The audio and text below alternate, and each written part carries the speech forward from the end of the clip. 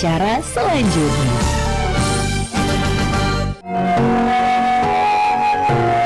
Nuansa budaya dan tradisi, ragam kearifan lokal yang membanggakan, dan destinasi pariwisata yang menarik dapat didengar di Pro 4 RRI Palembang.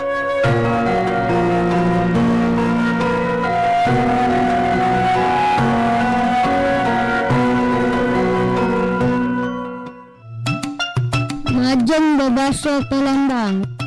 Ambilkan dumin beras di jero pedagangan. Ambilkan Dumin dulu beras beras di jero di dalam pedagangan. tempat menyimpan beras. Ambilkan dumin beras di jero pedagangan. Artinya, ambilkan dulu beras di dalam tempat menyimpan beras. Itulah tadi Majeng bebaso Palembang, persembahan Pro 4 RRI Palembang.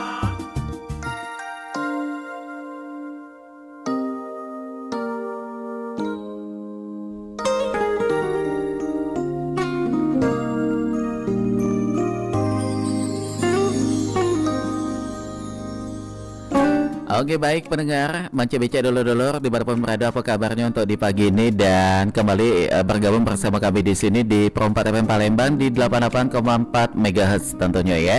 Saat ini sudah jam 9 lebih 4 menit waktu Indonesia Barat, dan kebersamaan kita untuk di program Sriwijaya Pagi Pecah Biaso, kita bakal menghadirkan di program obrolan komunitas.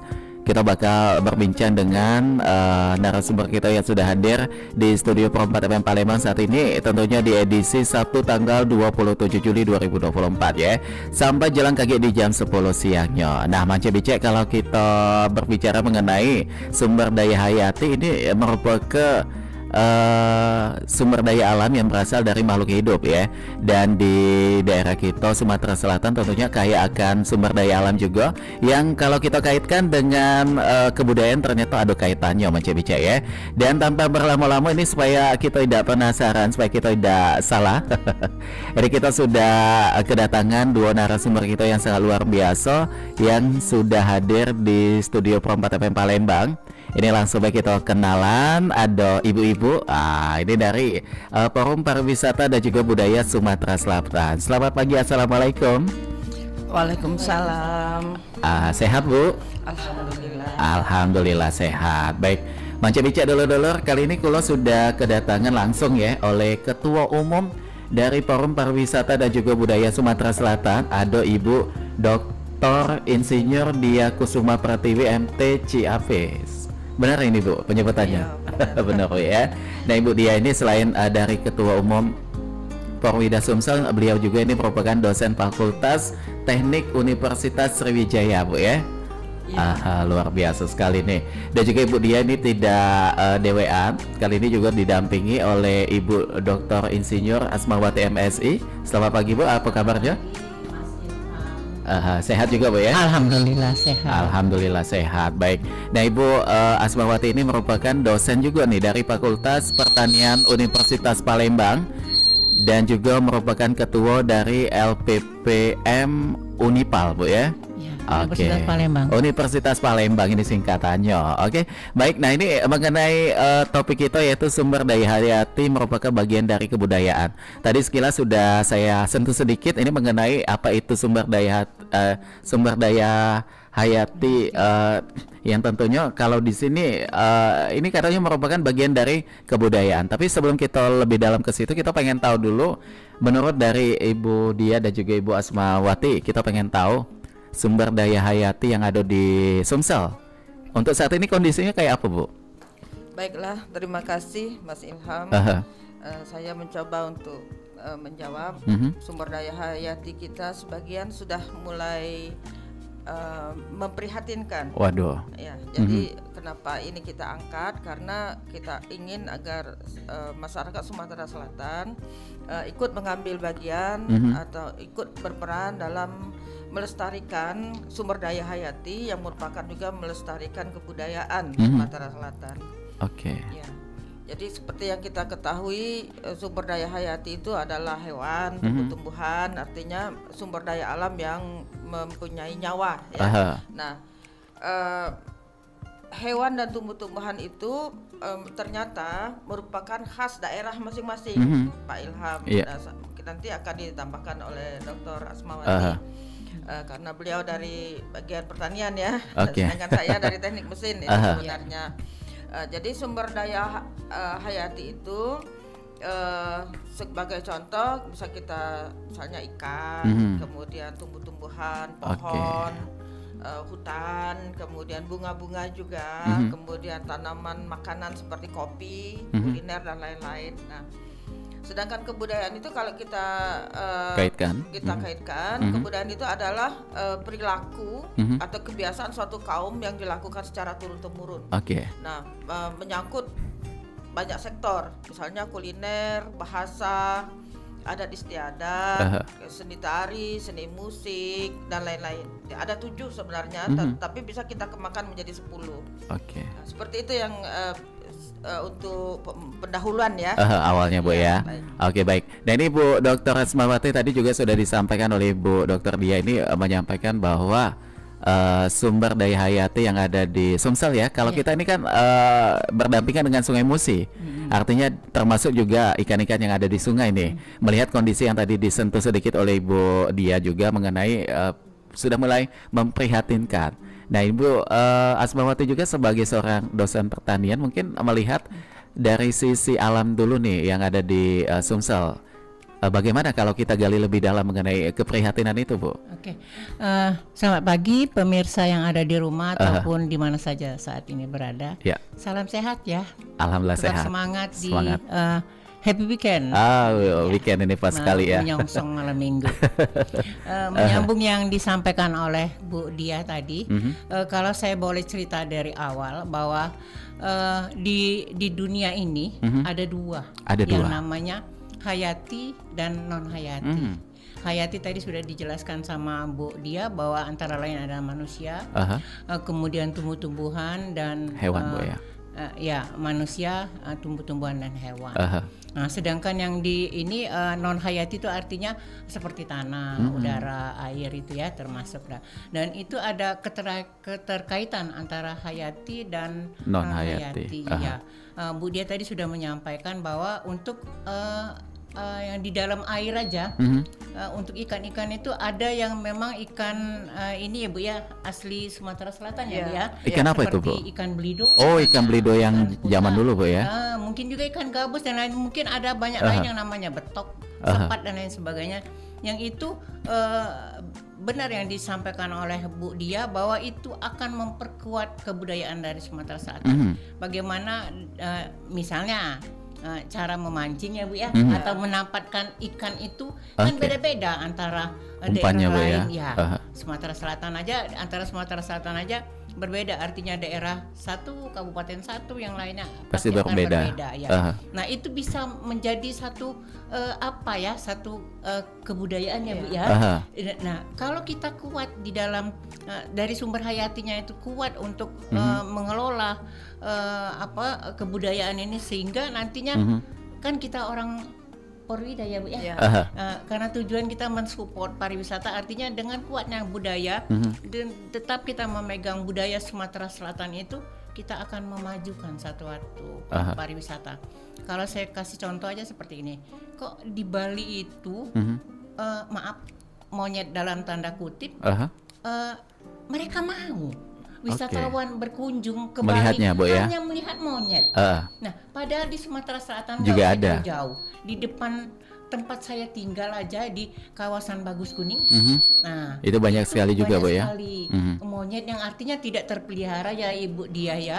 Bagaimana kita mengelola sumber daya itu ya, yang hewan itu kita manfaatkan sama seperti di Bali. Nah, di situ juga kalau saya nggak salah ya, bahwa di situ ada yang dulu awalnya di sejarah itu ada yang namanya Pangeran Bagus Kuning ya Ibu ya. Oh iya, legendanya, Bu ya. Legenda Pangeran Bagus Kuning. Bagaimana akan kita sambungkan ya Bu ya untuk memperkuat budaya ini tadi, sehingga dengan yang seperti itu bisa naik nanti menjadi sumber untuk kita menarik wisatawan untuk datang ke Sumsel, Bu boleh saya ya. cerita lagi masih ada Bu ini ya. Dulu zaman saya masih SD itu di kawasan Bagus Kuning itu, terutama yang di Stadion Matrajaya kalau dulu itu namanya itu kami bangga sekali bisa hadir di stadion itu, melaksanakan kegiatan apapun dari yang, karena kami waktu itu kan anak-anak orang Pertamina ya Bu ya, dari SD sampai nah menikmati. Nah bagaimana gitu kita ulang lagi ya Bu ya. Yang dulu namanya ada Keramat Bagus Kuning. Legenda Keramat Bagus Kuning dengan yang monyet-monyet itu, bagaimana kita mengelola sumber hayati itu sehingga lebih baik, samakan kayak di Bali. Paling enggak ya Bu ya.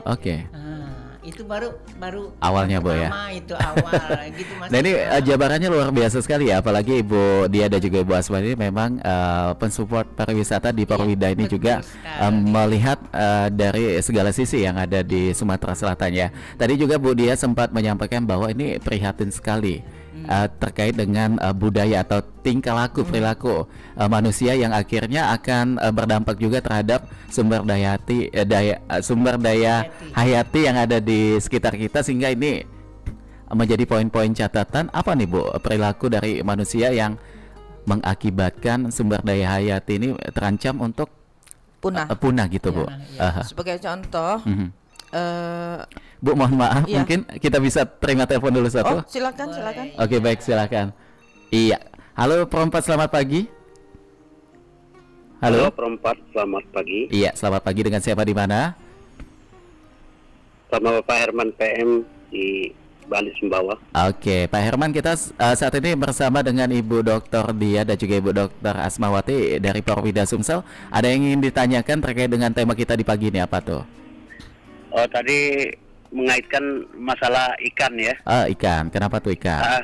Karena saya orang nelayan gitu loh, dari rawa-rawa, sungsang gitu, daerah lautan gitu kan. Biasanya kalau di lautan ikan bawung, ikan tapa gitu kan. Nah itu biasanya kalau di laut besar itu ulat apung namanya. Ulat nipa. Itu umpan yang paling digalakkan gitu. Ya Pak. Iya, kalau dipasang surut. Tapi kalau di rawa biasanya pelet gitu. Pelet, iya gitu Pak. Ya. Itu yang digalakkan betok, sepat siam. Tapi tebakan nggak makan pancing dia. Ya. Dia di pengilar gitu kan. Nah jadi terima kasih pada pagi ini kan ada ibu-ibu ini kan. Tapi tolong dilestarikan gitu loh. Baik. Tolong dilestarikan ikan liar sama yang di tambak-tambak gitu.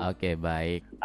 Itu perbedaannya bagaimana? Itu tolong dijelaskan. Baik. Dari aku Herman PM yang ada di Bali Sumbawa. Assalamualaikum. Waalaikumsalam Pak. warahmatullahi. Terima kasih Pak Herman yang ada responnya. di Sumbawa ini Bu. Tapi kalau untuk melestarikan ini tugas kita bersama Bu ya. Iya, bukan Pak. cuma tugas dari Bu Dian dan juga teman-teman Porwida. Baik. Jadi mengenai pertanyaan dari Pak Herman dulu nih Bu, mengenai tambak atau dan lain sebagainya tadi bagaimana? Begini Pak, sebenarnya yang dikhawatirkan itu adalah ikan belido. Pak, ya. Sebenarnya itu kita sebut bahwa itu adalah ikan asli daerah kita. Kalau kita sebut di sana, di luar daerah juga ada, tetapi di sana tidak dimanfaatkan Pak. Jadi dianggap sebagai ikan liar, seperti ikan gabus. Kalau kita ikan delek kan ya. Nah seperti ikan belida itu sudah ada Pak dana dari negara untuk membibitkan, kemudian nanti bibit itu dibuang ke sungai. Jadi memang sengaja dilestarikan untuk di sungai Pak. Nah itu seperti ikan belida, ikan puta. Kenapa kita ada semacam kekhawatiran karena orang Sumatera Selatan, orang Palembang ini pemakan ikan terbanyak di dunia. Setiap hari itu 4 ton Pak ikan dimakan. Banyak Bu ya. Ya, yang jadi empek-empek, jadi kemplang, jadi pindang, jadi pepes tempoyak, segala macam itu Pak. Pernah ada penelitian tahun berapa lupa saya. Nah itu bahwa ikan itu dimakan di Palembang ini 4 ton. Banyak sekali. Termasuk empek-empek yang keluar daerah setiap hari yang dibawa oleh para wisatawan atau oleh keluarga yang berkunjung ke sini. Nah, seperti itu. Nah, selain dari ikan juga sebenarnya ada juga daerah khas kita. Misalnya termasuk binatang buas, burung ya. Misalnya harimau Sumatera, orangutan Sumatera, gajah. Itu yang menimbulkan menyebabkan timbulnya rumah adat kita yang tinggi-tinggi, Pak. Rumah panggung, Pak ya. Nah, tetapi kemudian rumah panggung itu kalau kita kaitkan lagi ke kebudayaan menjadi mengikuti geografi dari daerah masing-masing. Misalkan di daerah Pagar Alam itu daerah yang banyak gempa karena di kaki Gunung Dempo. Rumah panggung itu kemudian di kakinya itu di atas batu, supaya kalau lagi gempa dia menjadi sebenarnya bangunan tahan gempa. Kalau di teknik disebut dengan tumpuan roll, seperti itu. Jadi kalau kita balik lagi ke sumber daya alam hayati, jadi kita bukan cuma ikan, Pak, tetapi juga ada binatang-binatang buas yang mempunyai khas kita di sini. Ada harimau putih, kemudian macan tutul Sumatera Selatan itu berbeda, Pak, dengan yang lain. Nah, itu juga sudah hampir punah, Pak. Ya, kenapa? Karena desakan dari bangunan yang banyak sudah hutan itu sudah banyak dijadikan jadikan daerah ya, kemudian jalan yang melewati hutan. Nah, itu juga menyebabkan binatang-binatang itu terdesak. Baik. Ya, jadi seperti itu, Pak. Jadi itu untuk binatang ya, Pak. Tetapi mengenai hayati tadi yang disebutkan oleh Ibu Dr. Asmawati, hayati selain binatang juga ada tumbuh-tumbuhan. Seperti contohnya kopi. Nah, kopi Semendo itu, Pak, sebenarnya adalah kopi, kadang-kadang dia Arabica, kadang-kadang dia Robusta. Kenapa bisa begitu? Iya, tetapi kalau dia ke daerah lain, misalkan ke Banyuwangi, itu kopinya agak asam. Beda. Tetapi ya? begitu dia ke Semendo, mau di Arabica, mau di Robusta, dia jadi kopi Semendo, Pak. Dan khasnya orang Semendo itu beda, Pak. Nah, itu dari cara pengolahan. Nah, cara pengolahan itu sekali lagi merupakan kebudayaan turun-temurun yang menyebabkan kopi khas Semendo itu berbeda dari daerah lain. Misalnya lagi yang lain adalah gula merah. Gula merah Curup itu berbeda dengan gula merah daerah lain, Pak ya. Dan beras, Pak, di Semendo itu ada namanya beras Semendo. Beras Semendo itu berbeda dengan beras lain. Dan berbeda juga kalau di Padang itu ada namanya beras Solo. Nah, beras Solo dengan beras Semendo itu hampir mirip tapi berbeda. Jadi beras Solo itu dia prai, artinya dia berpisah biji per biji, tetapi beras Semendo tidak. Tetapi khasnya dia, beras Semendo itu tidak basi, Pak. Jadi dia tidak basi. Jadi itulah khasnya ada daerah beras-beras yang juga sebenarnya tidak dijual karena itu beras warisan. Warisan. Ya, jadi dari Tunggu Tubang dibagi dengan ahli waris dengan ahlinya. Jadi seperti itu. Selain itu lagi kita ada lagi yang namanya tanaman langka Sumatera Selatan seperti tanaman rukem, sebakbe, kedui, bedaro. Bedaro tahu, Bapak? Enggak pernah lihat, Bu. Bedaro itu adalah kalengkeng, Pak, khas kita. Bedaro ya. Kita punya bedaro, itu punya kalengkeng. Bedaro itu ya, bedaro ya.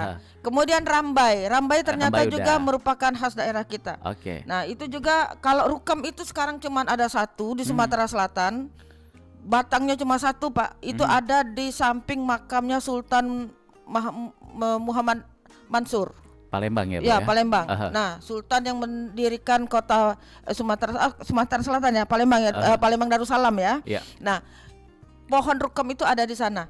Jadi Porwida sudah bukan melihat, Pak, ya? Kita akan membibitkan. Jadi kita menyangkok. Jadi kemarin saya sudah berhubungan dengan kuncennya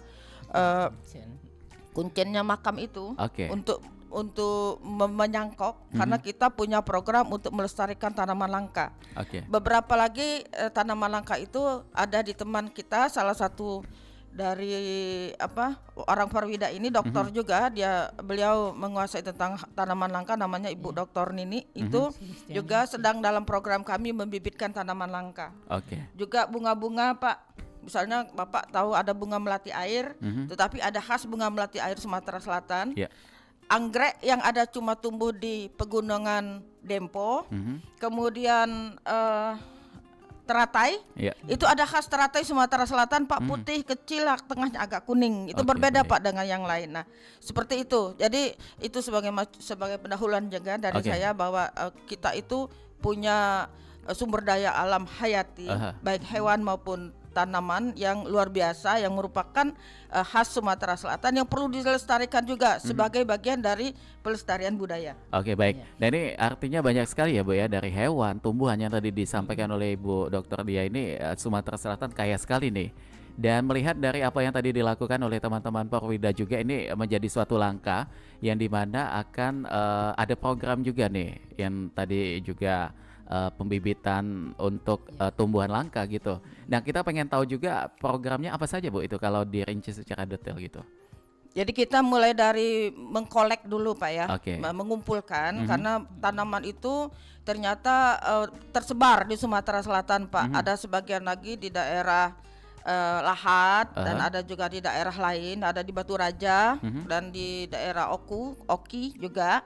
Jadi kita sebenarnya tadinya bulan Juli ini kita sudah mulai penanaman pohon langka, tetapi karena kesulitan kita mengumpulkan pohon itu dan pembibitannya, maka kita sepertinya mundur. Jadi programnya sekarang masih dalam tahap mengumpulkan, kemudian kita akan melakukan pembibitan, baru kemudian kita akan melakukan penanaman. Nah, penanamannya itu direncanakan di situs Bukit Seguntang, Pak, karena di sana sekretariat kita ada di sana dan juga di situ akan kita lakukan semacam usaha untuk membuat daerah itu menjadi lebih menarik dan asri, begitu Pak. Oke, baik. Dan ini apalagi nggak usah jauh-jauh ya, saya juga termasuk salah satu orang yang nggak pernah lihat secara langsung ikan belido itu Bu. Dan bahkan saking penasaran saya sempat searching juga di internet, oh gini bentuknya, oh gini keberadaannya. Dan ini juga kalau nggak salah di daerah apa itu Banjarmasin ya kalau nggak salah, di sana juga terdapat ternyata ada ikan belido di sungai itu. Nah, cuma kalau kita kaitkan juga dengan punahnya hampir bukan lagi hampir ya, tapi udah punah ya Bu untuk Belum. belum ya. Lagi sekarang kita apa yang saya sampaikan tadi, kita ada pembibitan itu dari negara Pak, dari kementerian, kemudian dibuang ke sungai. Oke. Untuk mengembalikan Habitatnya lagi untuk dikembalikan. Nah, ini untuk peran serta masyarakat, pendengar kita juga mungkin yang mendengar dan juga menyaksikan siaran kita untuk di kesempatan kali ini, apa yang harus ikut serta mendukung kegiatan ini? Boleh saya tambahkan Iya ya? Bu. Yang pertanyaan dari Pak Herman ya tadi Iya, ya. Pak Herman tadi. Bagaimana melestarikan ikan ya? Ikan. termasuk yang di ya. dalam rawa-rawa. Ya, gitu. Pokoknya ikan antara ikan khas Sumatera Selatan, misalnya ikan betok dan lain sebagainya juga termasuk belido. Sebenarnya itu peran serta kita semua sebenarnya. Kita semuanya. Yang paling di depan sekali itu adalah nelayan. Itu. Nelayan, kemudian pihak pemerintah bagaimana mengatur penangkapan ikan dan lain sebagainya. Kemudian pihak-pihak lain yang memang terkait. Terutama kami juga dari akademisi, sebenarnya kami juga ikut berperan serta, malah beberapa perguruan tinggi yang mempunyai fakultas perikanan, terutama dosen-dosennya itu juga mahasiswa juga sering melaksanakan penelitian tentang misalnya ikan belido, bagaimana membudayakannya, bagaimana melestarikannya, bagaimana menjadi plasma nurfah ikan-ikan tersebut sehingga bisa terus kapanpun kita akan untuk memelihara atau mengelola ikan tersebut kita punya cadangan seperti itu. Nah, kemudian juga bagaimana dosen-dosen itu dan peneliti-peneliti selalu berusaha bersama masyarakat di dalam pengabdian masyarakat, misalnya bagaimana cara menangkap ikan, bagaimana cara menjaring ikan yang baik sehingga tidak seluruhnya kita ambil, kita tinggalkan yang belum layak untuk kita konsumsi, kita biarkan tetap di dan habitatnya, kita yang itu tadi yang Ibu bilang yang non hayati tadi tetap harus dijaga sehingga sungai ataupun kolam-kolam yang memang untuk pemeliharaan atau tempat ada tempatnya Bu ya tersebut tetap kita jaga. Yang tadi katanya ada ulat nipah itu. Nah, itu kan harus ada pohon nipah di situ. Pohon nipah ini kalau nggak salah ini di kawasan seberang Ulu 1. Iya, sebenarnya banyak kawasan untuk di Sumatera Anyaman. Selatan itu banyak sebenarnya itu. Iya. Kemudian yang di pinggir-pinggir laut, mangrove dan lain sebagainya, sebenarnya itu kan tempat makanan ikan. Bagaimana udang dan lain sebagainya tetap. Nah itu harus dilestarikan. Jadi pohon-pohon tersebut karena ada kayak rangkaian ya, lingkaran yang tidak bisa dipisahkan. Bahwa hewan itu ikan hidupnya di air. Bagaimana air dilestarikan tetap baik, cocok untuk tempat tinggal ikan. Dan ikan perlu makan. Makan itu antara lain dari tumbuh-tumbuhan yang ada di sekitar itu, di mana akarnya bisa menyimpan makanan sehingga nanti tersedia bagi tanaman. Jadi antara seluruh kita yang pihak-pihak terkait itu harus berperan serta. Sinerginya dibutuhkan sekali, Bu, ya. Dan yang paling utama itu ada nelayan. Bagaimana kita sifat manusia yang tadinya nafsunya besar mau kita ambil semua, kita jangan diambil semua, kita tinggalkan. Jadi ada sisanya untuk bisa berkembang biak lagi. Oke, baik, ini banyak sekali ya tugasnya ya. Ini tadi untuk tumbuh-tumbuhan ya, Mas ya. Tumbuh-tumbuhannya. Karena kita kebetulan memang orang pertanian. Untuk Sumatera Selatan ini yang menjadi jargon sebenarnya. Apa tuh, Bu? Sumatera Kopi? Selatan di samping kopi itu kan untuk tanaman industri ya. Kalau untuk kopi ada lagi duku. Oh, duku. Iya, duku ya. Makanya kalau di luar itu duku komreng. Ya, khas Sumatera Selatan. Khas sekali itu. Bagaimana pada waktu musim tanaman duku itu berbuah, duku, durian dan manggis itu, bagaimana kita bisa memikat wisatawan dari luar Sumatera Selatan untuk berkunjung ke tempat kita ya, ya. Betul. Karena itu tadi kita memang harus perkuat dulu bagaimana budaya kita yang baik untuk membudayakan tanaman-tanaman tersebut ya, sehingga tetap lestari. Dan ada lagi yang mungkin Bu dia tadi lupa, apa tuh? cempaka telok. Oh, cempaka telok. Itu saya tadi agak ada yang lupa apa lagi. Khas Sumatera Selatan. Ini terdapat di kawasan mana itu, Bu? Cempaka telok ini saat ini. Itu yang sekarang kita memang harus pemetaan cari dulu, Bu, ya. Kita harus petakan dulu di mana lokasi yang ada ditanam cempaka telok. Oke, tapi ini belum punah ya, Bu, ya? Belum. Insya Allah, tapi sudah jarang, Pak. Ya, sudah jarang kelihatan, Bu, ya. Tanaman, misalnya ada di Muara Enim, di Palembang juga ada di Lahat. Bagaimana kita menginventarisasi supaya tanaman-tanaman itu bisa kita temukan dan kemudian kita lestarikan. Oke, baik. Nah, kalau tadi yang hayati, kalau yang non hayati juga ini ada kaitannya juga kan dalam kehidupan kita. Termasuk kita di Sumsel ini berdampingan dengan Sungai Musi. Kita melihat kondisi sungai yang terkadang banyak sekali tumpukan sampah dan juga banyak sekali limbah juga yang tercampur di sana. Ini bagaimana juga nih, Bu? Sehingga hal ini berdampak juga terhadap perkembangbiakan hewan-hewan, ikan ya. Ikan-ikan. Jadi dia akan mengancam, menjadi punahnya terancam. ikan-ikan itu bertambah bertambah banyak yang membuat mereka menjadi sulit untuk hidup. Gitu. Sebagai contoh saja ada ikan asin yang dari Sumatera Selatan itu Pak, ikan sepat. Oh, ikan sepat. Coba itu. kalau Bapak pergi ke tempat lain nggak ada ikan sepat. Nggak ada. Ikan sepat itu dari sepat mata abang itu Pak. Yang gede-gede, Bu, ya? Bukan. Oh, yang bukan. Sepat mata abang itu ikan sepatnya memang matanya abang Pak, kecil-kecil ikan sepatnya. Nah, itu yang enak dijadikan itu. Nah, dan itu adanya di rawa-rawa Pak. Seperti yang disampaikan oleh Pak Herman tadi. Nah, itu terancam punah juga. Nah, ikan sepat itu agak susah nangkapnya Pak. Kalau nggak dijaring kan kita di Sumatera Selatan ini seperti yang disampaikan oleh Dr. Asmawati tadi. Cara menangkap ikan pun itu sepertinya ada khas kita. Seperti kita pakai tangkul, pakai di atas lanting, di atas lanting. Ada bubu. Iya, nah itu. Oh, ada juga proses untuk penangkapan jadi kita bubu. ciri khas daerah kita untuk nangkap ikan Pak. Itu berbeda juga. Nah, dan ikan sepat itu sulit dipancing Pak, ikan sepat kecil mata abang itu. Nah, dan itu juga sudah hampir punah. Punah juga. Ya. Seperti itu. Oh ya, Bapak belum tahu ikan belido ya? Belido pernah lihat di kalau Bapak video mau aja. lihat di depan itu BKB itu. Besar kan itu, Bu, ya. Biasanya ada di restoran. Saya pernah lihat ada beberapa restoran itu malah di dalam akuarium Pak, gede banget itu. Tapi katanya ini sudah dilindungi juga, Bu, ya. Dilindungi. Untuk ikan belido ini. Nah, untuk edukasi ke pendengar kita ini dilindunginya ini seperti apa supaya ini jangan ada salah langkah juga nih yang dilakukan oleh masyarakat ketika ingin berkembang biak iwak belido ini, mungkin ada bibitnya gitu. Bagaimana, Bu?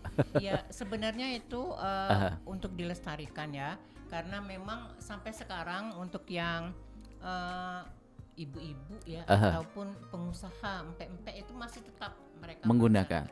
Menggunakan ikan belido. Artinya ikan itu sudah dipelihara sekarang. Udah walaupun di sungai tidak bisa ini ya. Berkembang lagi. Berkembang sih bisa? Masih, tapi tidak yang seperti dulu. Saya bilang mungkin karena airnya ya, kualitas airnya sudah tidak sesuai dengan ini. Jadi dikondisikan itu beberapa dosen memang sering masih melaksanakan penelitian tentang ikan belido. Ada yang katanya yang kalau kecilnya namanya puta. Ikan puta. Jadi itu masih Tapi berbeda jenis ya, berbeda Pak. ya. Kalau Puta belido tuh dengan kayak belido itu beda. di bagian tubuhnya kayak ada tato hitam gitu, Bu ya. Yang belido ya. Bukan, kalau belido itu dia agak melengkung seperti elips gitu. Kalau kita ambil tengah badannya, dia melengkung seperti elips. Jadi dia dagingnya banyak. Tapi kalau ikan puta itu dia panjang dan pipih, Pak. Oh, beda ya. Ya, berbeda. Nah, ikan belido itu adanya di sungai, sedangkan ikan puta itu adanya di rawa-rawa. Ya, sekarang sudah mulai para peneliti, dosen-dosen muda malahan sekarang yang melaksanakan penelitian bagaimana melestarikan ikan tersebut sehingga masih bisa nanti dinikmati oleh orang Sumatera Selatan, terutama para proses pembuatan pempek gitu, Bu ya. Pempek katanya kalau menggunakan ikan belido atau ikan puta itu rasa pempeknya beda dengan kalau menggunakan ikan yang lain. Dan juga mungkin harganya lebih mahal ya. Karena memang lebih mahal. Sudah mulai langka. Mungkin ada lagi ikan tapa ya, Bu ya. Ikan tapa juga. Yang merah itu, Bu, bukan itu. Ikan tapa. Beda ya. Suka dibrengkes ya. Yang dijadiin lauk Dan itu kan bisa menunjang budaya Selatan ya. Pak. Bagaimana kuliner Sumatera Selatan tetap lestari kalau ikan-ikan tersebut ataupun masih ada. berhayati masih ada. Baik. Nah, kalau kita soroti dari yang non hayatinya bagaimana, Bu, untuk kondisi saat ini di Sumsel? Non hayati itu banyak macam ya, Pak ya. Banyak, bukan cuma sungai tetapi juga tambang ya. Kalau juga. kita lihat bahwa di Sumatera Selatan ini semua ada, Pak, kita Pak. Kita punya batu bara, kita punya gas, kita punya minyak ya, Pak ya. Dan kita juga punya sumber daya air. Kita juga punya biomasa. Biomasanya banyak sekali di sini karena kita banyak hutan ya, Pak. Nah, dan lain-lain. Jadi sumber daya non hayati itu juga sebaiknya dilestarikan karena kita mengingat anak cucu kita masih lama, Pak, kita Pak. Ya, anak cucu kita masih jauh ke depan. Kalau kita mau kita pergunakan sebanyak-banyaknya, kita gerus semuanya, Pak, anak cucu kita akan hidup dari apa nanti? Ya, jadi seperti itu. Jadi gas nanti bisa lama-lama habis, Pak. Ya, minyak lama-lama habis. Kita tahu pembentukan batu bara itu berapa juta tahun baru jadi batu bara. Walaupun secara teknologi bisa kita buat tiruan batu bara, bahkan intan juga bisa kita buat tiruan, misalnya dengan tekanan super kritis, maka karbon itu kalau kita tahu arang ya, Pak, arang itu sama dengan grafit, sama-sama karbon, sama juga dengan intan, sama-sama karbon, tetapi berbeda ikatan kimia. Nah, kalau kita mau bikin batu bara atau bikin yang lain juga seperti itu. Nah, ketakutan kita adalah 50 tahun mendatang itu batu bara yang tinggal itu adalah batu bara kualitas rendah, artinya low rank ya, Pak, atau low kalori. Jadi modelnya lignit ya, brown coal seperti itu. Nah, bagaimana nanti? Jadi kita sekarang mendorong, kalau dari teknik ya, dari teknologinya mendorong bagaimana kita memanfaatkan batu bara kualitas rendah ini nanti untuk menjadi sumber energi yang cukup cukup bisa diandalkan. Kalau nanti kan batu bara antrasit, bituminus habis, Pak. Ya, sekarang sudah dijual besar-besaran kan ke sana. Kenapa? Karena kebutuhan negara juga. Seperti itu, tuntutan dari negara juga. Jadi tinggal nanti yang muda-muda seperti itu. Nah, kemudian hutan juga harus kita lestarikan. Jadi tidak bisa hutan juga kita habiskan lahannya untuk yang lain, untuk bangun ruko, ternyata rukonya juga nggak laku, Pak, dan lain-lain. Atau kalau jalan sih oke lah, jalan kita butuh memang jalan ya untuk transportasi misalnya. Tapi kalau saya potong sedikit, Bu, ini kita kaitkan dengan adanya pembangunan IKN. Itu kan banyak sekali pemangkasan hutan yang ada di sana ya. Bahkan beberapa waktu yang lalu ada juga video viral. Ini tidak tahu benar atau tidak, tapi dari yang banyak sekali netizen atau warganet yang mengomentari video itu, kayaknya ini memang terjadi di daerah sana, Bu. Ada satu hewan Itu kalau dalam film itu King Kong yang gedenya tuh sampai segede rumah gitu Bu. Dia kehilangan tempat. Yang katanya ini yang tadi dulunya di hutan karena ditebas akhirnya dia masuk ke pemukiman warga dan melihatnya itu kayak monster gitu Bu. Dan itu bagaimana? Menakutkan juga kan dengan kondisi ya hutan termasuk untuk adanya pembukaan lahan dan juga bertujuan untuk pembangunan gitu Ya, Bu. oke. Saya tidak bisa berkomentar banyak Pak ya, tetapi saya berkomentar dari pengetahuan yang ada di kepala saya Pak. Yang pertama Jakarta itu kenapa pemerintah apakah sama konsepnya atau tidak saya tidak tahu, tetapi Jakarta itu sebenarnya dalam bentuk geografinya seperti mangkok. Jadi biar bagaimanapun dia akan banjir Pak. Oh gitu. Nah, sedangkan tuntutan dari pembangunan gedung akan semakin banyak, maka dibutuhkan daerah lain yang dimana dia bisa berkembang. Nah, bagaimanakah visibility study-nya sehingga dipilih di daerah Kalimantan? Mungkin karena Presiden Jokowi juga supaya pembangunan ini merata. Nah, tetapi setiap apa yang kita lakukan itu ada resikonya, Pak. Resiko. Nah, salah satu resiko dalam pembukaan lahan adalah terdesaknya hewan dan tanaman atau namanya hayati, non hayati, termasuk sungai dan lain-lain. Sungai yang lestari kemudian nanti malah dibikin jembatan atau dibikin pelabuhan sungai ya. Ada semacam dermaga sungai dan lain-lain. Nah, itu adalah resiko. Nah, salah satu resiko. Nah, kita tidak bisa juga dalam satu sisi kita menginginkan kemajuan, dalam satu sisi lain kita tidak menginginkan terjadi sesuatu yang negatif. Jadi dia tuh kalau ada positif tidak mungkin positif semua. Jadi positif kali negatif dia akan selalu seperti itu. Seperti itu, Pak. Nah, mengenai King Kong itu apakah benar ada King Kong atau tidak ada King Kong? Karena King Kong itu sebenarnya ada di film, Pak ya.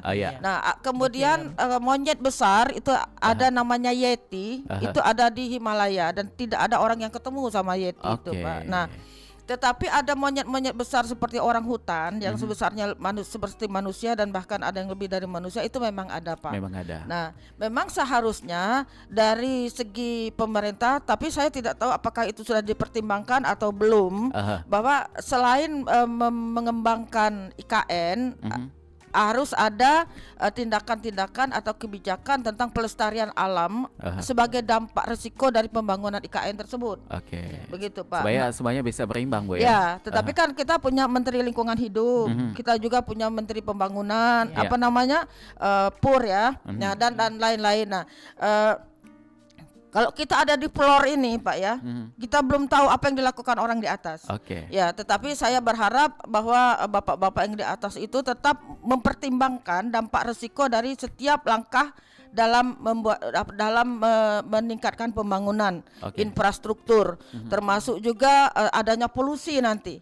Ya, polusi Jakarta itu polusinya sudah besar sekali, tinggi Pak. Itulah salah satunya menyebabkan dia harus pindah ke sana. Baik. Ya. Tentunya ini sudah menjadi suatu keputusan baik juga yang harus kita dukung juga, Bu ya. Baik, dan kita nggak usah jauh-jauh juga, ini di Palembang ada kejadian juga nih, Bu, yang cukup menyeramkan nih.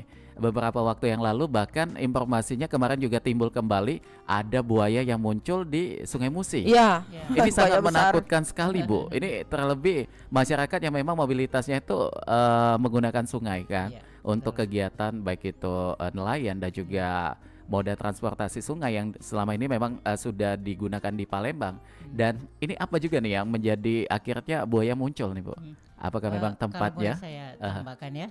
Kedengaran nggak suara saya? Ada Bu, jelas. Jadi ini Mas Ilham, sebenarnya kalau kita terdesak, itu aja prinsip sebenarnya. Kalau kita terdesak pasti kita akan melawan, muncul. Artinya seperti itu. Mungkin kehidupan si buaya itu terancam gitu. Tempatnya itu mungkin sudah tidak ada lagi makanan yang dia ambil di tempat itu, dia akan keluar. Kalau saya seperti itu, tidak ada hubungan gaib atau tidak. Enggak ada, Bu ya, lebih ke alamnya aja. Sama seperti kalau saya kasih contoh, ada di forum kami itu ya, forum daerah aliran sungai itu, ada kami pernah ini tentang kera dan gajah, kemudian harimau yang dia muncul ke ladang petani. Kenapa dia muncul? Karena dia di tempat asalnya itu, di kantong tempat dia tinggal itu sudah tidak ada makanan lagi, sudah itu. terancam. Mungkin ditebang pohonnya dan lain sebagainya. Nah, dia akan muncul.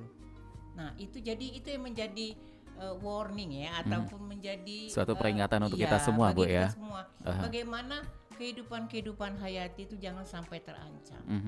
Nah, antara lain seperti itu. Mungkin yang tadi Mas Ilham kan nyinggung terus masalah sungai dan non hayati itu kan. Nah, kalau saya bisa lihat Sumatera Selatan ini adalah 75% adalah daerah rawa. Daerah rawa, gambut ya, bergambut. Bagaimana gambut itu pada waktu musim kemarau akan terbakar. Nah, itu budaya masyarakatnya harus.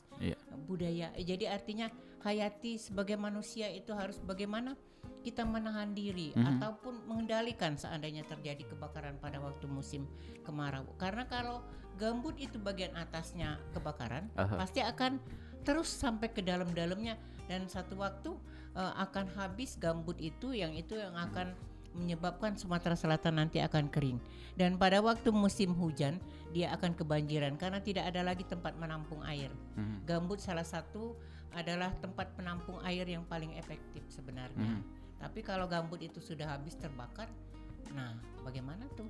Nah, artinya kita melibatkan semua pihak, bagaimana kita menjaga dan melestarikan tempat kita hidup. Terutama kita harus mengetahui kita hidup nih di daerah pasang surut. Yang pada waktu musim kemarau akan kekeringan air, tapi pada waktu musim hujan akan kebanjiran. Nah, ada lagi Mas saya tambahkan. Apa, Bu?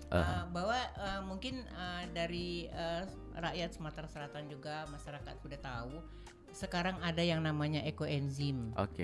Enzim lingkungan, bagaimana mengatasi sumber daya baik itu tanah maupun air itu bisa menjadi lestari dan bisa menjadi akan pulih lagi adalah dengan memanfaatkan ekoenzim. Ekoenzim itu adalah pembuatannya dari bahan sayuran dan buah-buahan yang sudah kita tidak gunakan lagi, artinya bisa memanfaatkan jadi sampah organik, jadi sampahnya gitu. Kita kembalikan lagi ke lingkungan untuk melestarikan lingkungan.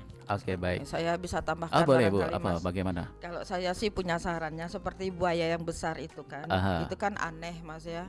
Mestinya ditangkap dan dipelihara biar bisa jadi duit kan, ditonton. Itu kan itu jadi kebudayaan juga. Dilindungi. Dan dilindungi dan dikasih makan, kan dia nggak ada makanan lagi. Kalau dulu kita di Puntikayu, Bu, ya ada buaya yang ditonton gitu. Gitu ya, iya. Nah, ini kan buayanya besar kan, sampai berapa meter kan ya. Itu kebetulan dekat rumah saya, Mas. Di Gandus?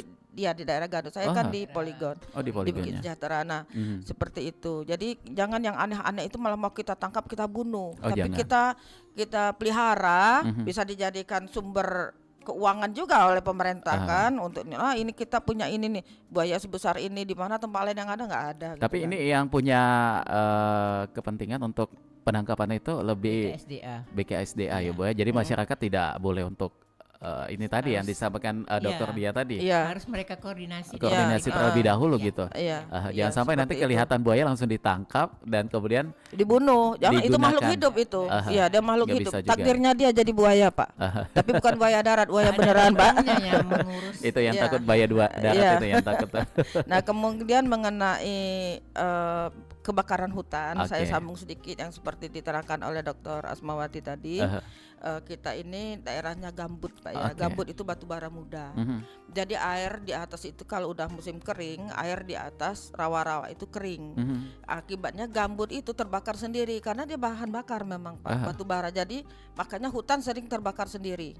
Nah, bagaimanakah masyarakat itu menyikapi bila ada kebakaran hutan? Nah, itu seharusnya ada edukasi juga dari pemerintah terhadap masyarakat, terutama masyarakat yang hidupnya di sekeliling daerah yang sering kebakaran, karena itu termasuk nanti kena ISPA dan lain-lainnya, Pak, seperti itu. Baik. Nah, ini kalau kita lihat juga nih di kawasan Musi Banyuasin ya, Bu ya, ada tindakan drilling yang juga ini dampaknya luar biasa sekali ya, bahkan ada yang memakan korban jiwa juga.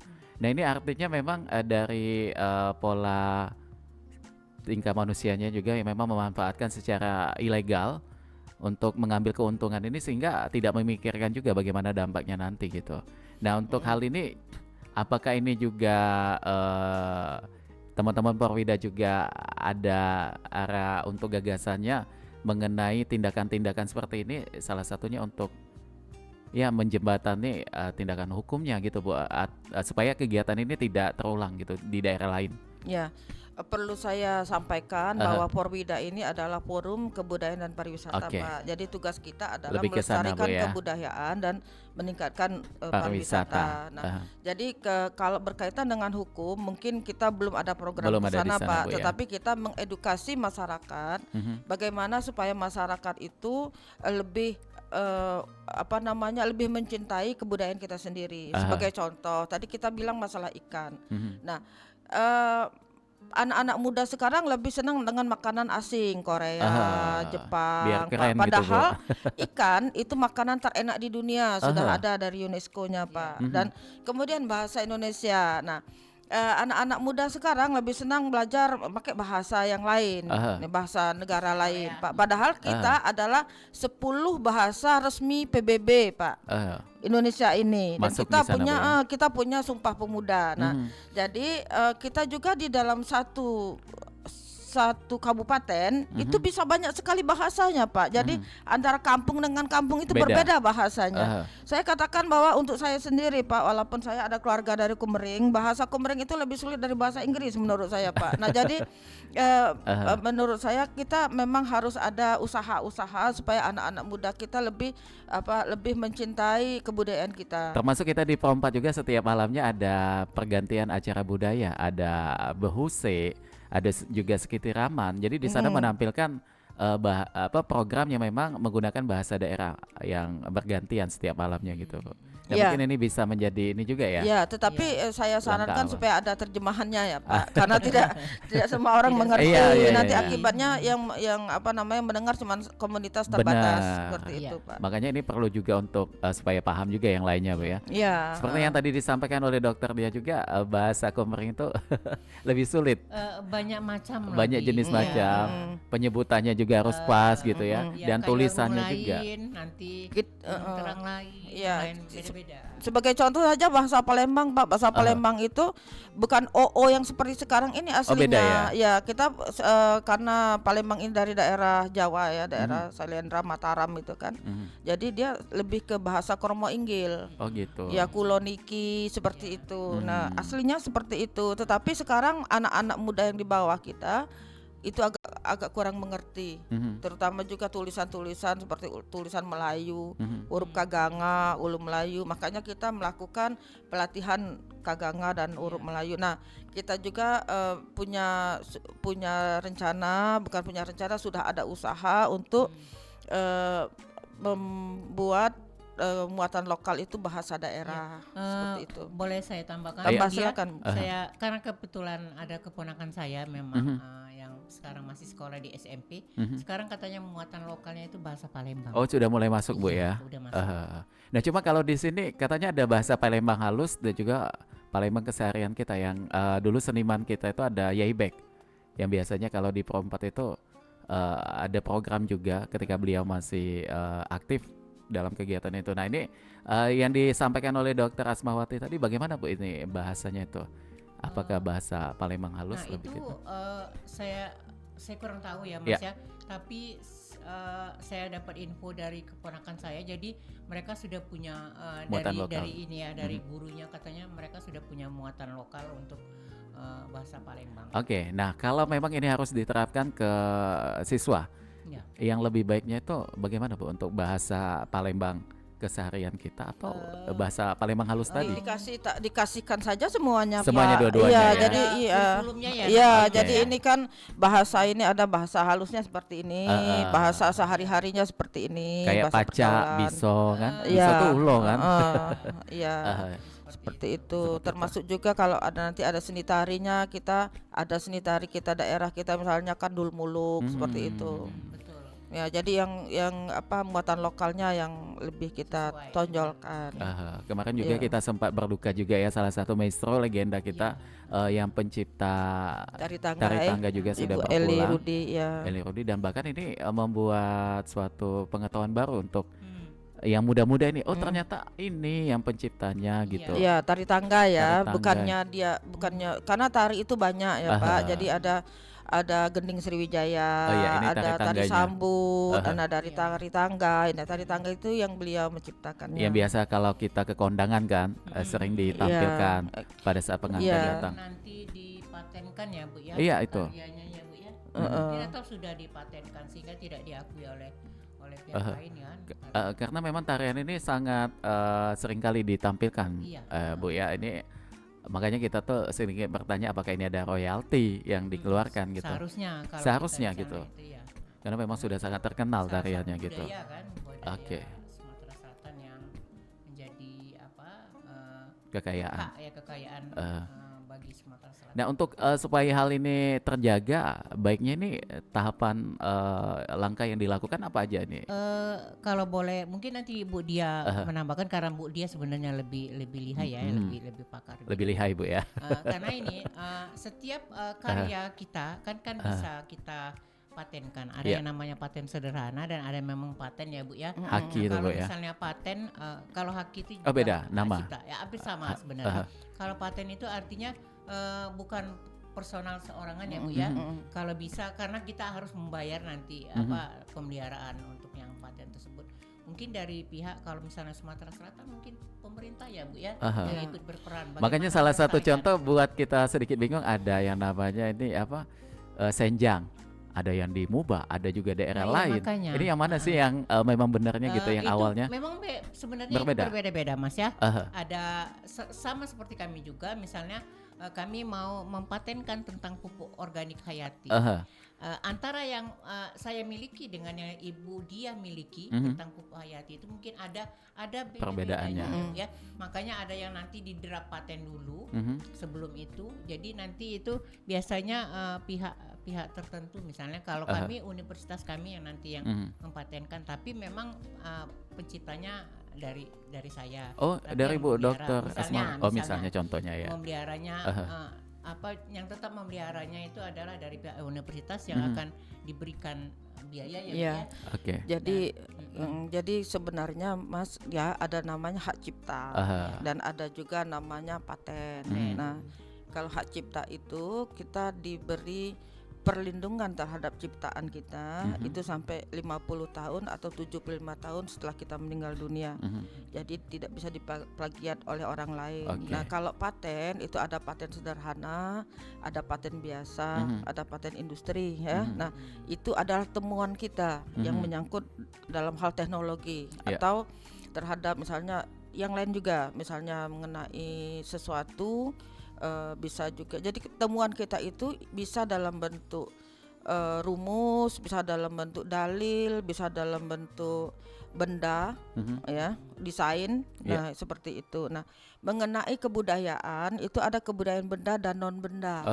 Nah, kebudayaan non benda itu seperti kekayaan senjang dan lain-lain, Pak. Itu sebenarnya dari Dinas Kebudayaan nanti bisa mengajukan untuk pelestarian kebudayaan apa namanya ya, semacam kalau di benda itu ada cagar alam ya. Nah, seperti itu Pak. Jadi kita punya orang-orang yang ahli dalam bidang itu. Nanti kalau Bapak perlu kita ajak beliau saja sekali-sekali. Kenapa? Karena saya tidak berani saya tidak berani untuk membahas hal yang belum saya kuasai. Nanti salah ngomong ya Pak ya. Tetapi seperti empek-empek itu tidak ada penciptanya Pak, karena sudah zaman dulu, makanya dia walaupun ke UNESCO. banyak sekali kisah-kisah yang menyatakan pengakuan itu sudah pengakuan gitu. dunia Pak. Jadi dari UNESCO itu sudah pengakuan bahwa itu empek-empek itu dari Palembang, dan makanan yang terenak. Nah, tetapi rendang Pak, itu kita punya rendang Palembang, punya rendangnya Padang, Malaysia juga punya rendang, tapi berbeda cara bumbu, cara memasaknya berbeda Pak. Nah, rendang Palembang itu pakai kuah, sedangkan rendang Padang itu kering. Nah, saya tidak tahu rendang apa namanya? Malaysia. Rendang Malaysia bagaimana? Seperti songket juga Pak ya. Hampir setiap daerah tuh punya songket. Songket Padang, songket Palembang, songket Bali. Nah, Malaysia juga punya songket. Jadi kalau mereka mempatenkan songket Malaysia, biarlah memang mereka punya songket. Oh, memang ada ya.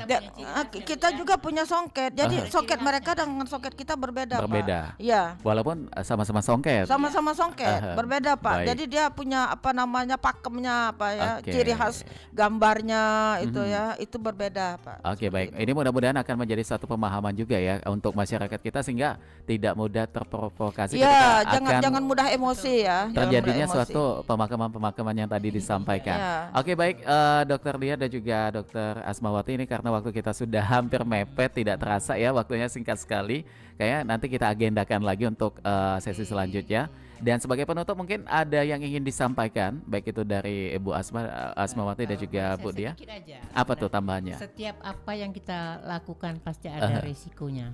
Seperti yang tadi cerita tentang IKN yang penebangan pohon. Ilham boleh tahu bahwa setiap satu pohon yang kita tebang berarti kita menghilangkan satu nyawa. Karena apa? Satu pohon itu menghidupi satu manusia melalui oksigen yang dikeluarkan oleh tumbuhan itu. Baik. Setiap yang kita lakukan pasti ada risiko. Ada risiko semua ya Bu ya. Oke, baik. Dari tambahannya Ibu Ibu Dia, ada yang ingin ditambahkan? Iya, saya kepengennya seperti ini Pak. Saya bukan cuma kepengen, tapi saya sarankan saja. Banyak hal yang mungkin belum bisa dikerjakan semuanya oleh para pemerintah ya. Jadi oleh karena itu tugas kita semua dalam hal melestarikan sumber daya alam hayati dan non hayati untuk kelangsungan hidup anak cucu kita Pak. Seperti itu. Termasuk juga seperti yang sederhana sekali seperti ikan sepat mata abang tadi dan lain-lain Pak. Ya, ikan belido dan ikan puta seperti itu dan lain-lain juga Pak. Masih banyak hal lain yang asal kita berlandaskan niat baik, insya Allah semuanya akan berjalan lancar. Oke, baik. Terima kasih sekali lagi waktunya untuk Ibu Dr. Insinyur Dia Kusuma Pratiwi MT SCAP untuk waktunya, dan juga Ibu Dr. Insinyur Asmawati MSI juga untuk waktu dan juga banyak sekali hal yang tadi telah disampaikan. Mudah-mudahan ini akan menjadi suatu edukasi ya untuk kita semua dan juga pendengar kita dimanapun berada. Dan mohon maaf sekali untuk Anda yang ingin bergabung, teleponnya Mitas edisi Sabtu tanggal 27 Juli 2024. Saya Ilham pamit. Wassalamualaikum warahmatullahi wabarakatuh. Waalaikumsalam warahmatullahi wabarakatuh.